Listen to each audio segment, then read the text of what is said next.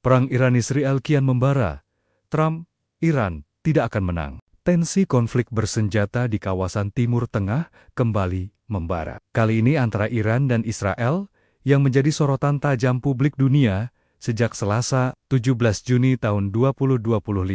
Ketegangan ini mencapai puncaknya setelah laporan korban jiwa menunjukkan angka yang mengkhawatirkan. Otoritas Iran mengonfirmasi sedikitnya 224 warganya tewas dan lebih dari 1.200 orang mengalami luka-luka. Di pihak Israel, data terbaru mencatat 24 korban meninggal dan 592 orang lainnya cedera akibat gempuran Iran. Di tengah meningkatnya eskalasi konflik, Presiden Amerika Serikat, Donald Trump, angkat bicara. Dalam pernyataannya sebelum bertolak ke konferensi tingkat tinggi KTT G7 di Kanada, Trump menilai bahwa Iran tak punya peluang untuk memenangi perang ini dan mendorong agar negosiasi segera dilakukan. Sementara itu, Perdana Menteri Israel, Benjamin Netanyahu menegaskan bahwa serangan militer Israel merupakan langkah pencegahan untuk membendung ancaman besar yang ditimbulkan program nuklir dan rudal Teheran. Di sisi lain, upaya diplomasi antara Iran dan Amerika Serikat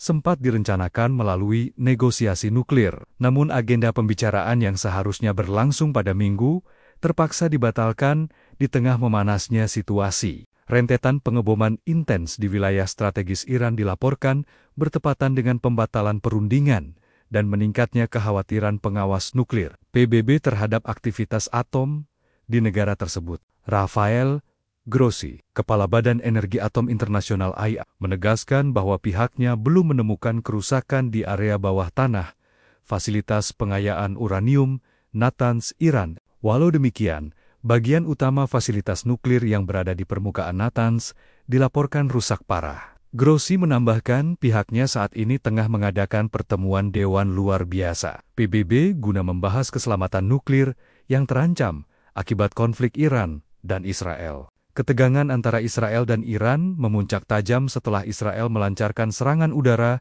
Beser-Beseren bertajuk Operation Rising Lion pada 13 Juni tahun 2025.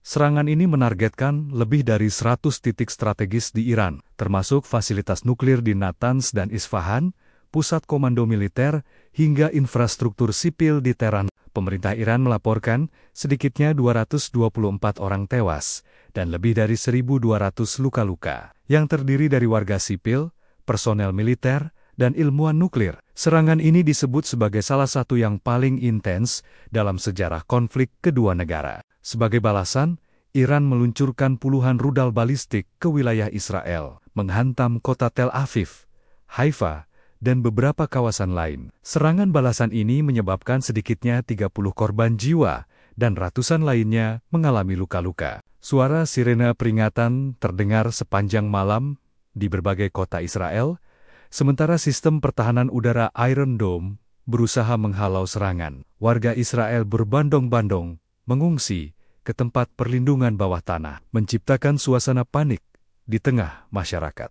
Tak hanya itu, Israel juga diketahui menyerang stasiun televisi nasional Iran saat sedang siaran langsung yang memicu kepanikan di studio. Di sisi lain, Iran menuding Israel melakukan kejahatan kemanusiaan karena beberapa serangan juga mengenai rumah sakit dan infrastruktur sipil penting. Lebih dari 100.000 warga Tehran dilaporkan meninggalkan kota dalam waktu singkat, menyebabkan kemacetan besar dan kekurangan kebutuhan pokok. Konflik ini mendapat reaksi cepat dari dunia internasional. Amerika Serikat, melalui Menteri Pertahanannya, Pete Hegseth, menyatakan telah mengirim kapal perang dan pesawat pengisi bahan bakar ke kawasan Timur Tengah sebagai langkah antisipasi. Meski menyatakan dukungan terhadap Israel, AS menyerukan agar konflik tidak meluas ke tingkat regional. Sementara itu, negara-negara anggota G7 mengeluarkan pernyataan bersama yang mendukung hak Israel untuk membela diri, namun tetap mendesak kedua pihak untuk menahan diri.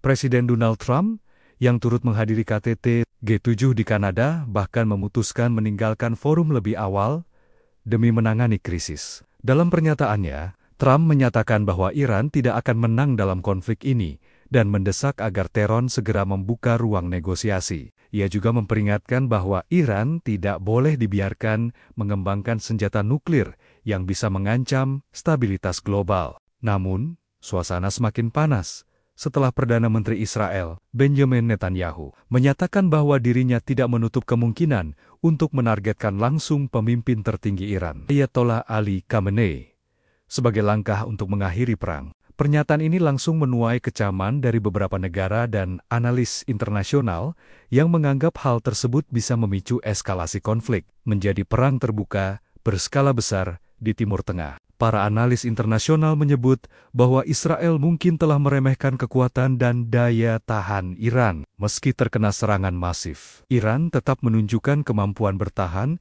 dan bahkan melancarkan serangan balik yang terkoordinasi.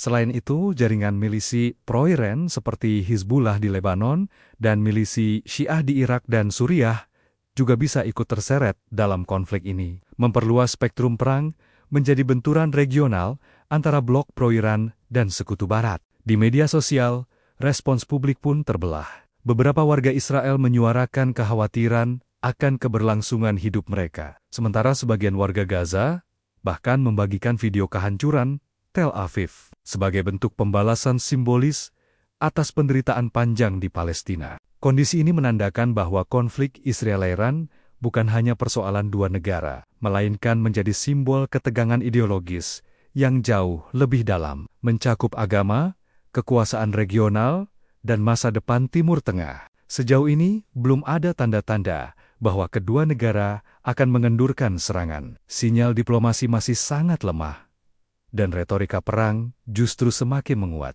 jika tidak segera dikendalikan. Konflik ini berpotensi berkembang menjadi perang terbuka yang dapat menyeret kekuatan global lain ke dalam pusaran yang lebih luas. Dunia pun menahan napas, berharap diplomasi bisa segera mengambil alih sebelum api peperangan benar-benar membakar seluruh kawasan. Ketegangan yang belum mereda ini menciptakan kekhawatiran global akan pecahnya perang terbuka berskala penuh yang tidak hanya melibatkan Israel dan Iran, tetapi juga berisiko menyeret negara-negara besar dan kekuatan regional lain ke dalam konflik berkepanjangan yang lebih luas dan destruktif. Dunia internasional, termasuk organisasi-organisasi seperti PBB dan Uni Eropa, kini berada dalam posisi genting menahan napas sambil berharap bahwa jalur diplomasi masih bisa dibuka sebelum eskalasi ini berubah menjadi bencana kemanusiaan dan geopolitik yang bisa membakar habis seluruh kawasan Timur Tengah dan mengguncang stabilitas global secara menyeluruh. Simak artikel selengkapnya di aboutmalang.com. Dan jangan lupa like, komen, share, dan subscribe untuk mendapatkan berita selengkapnya.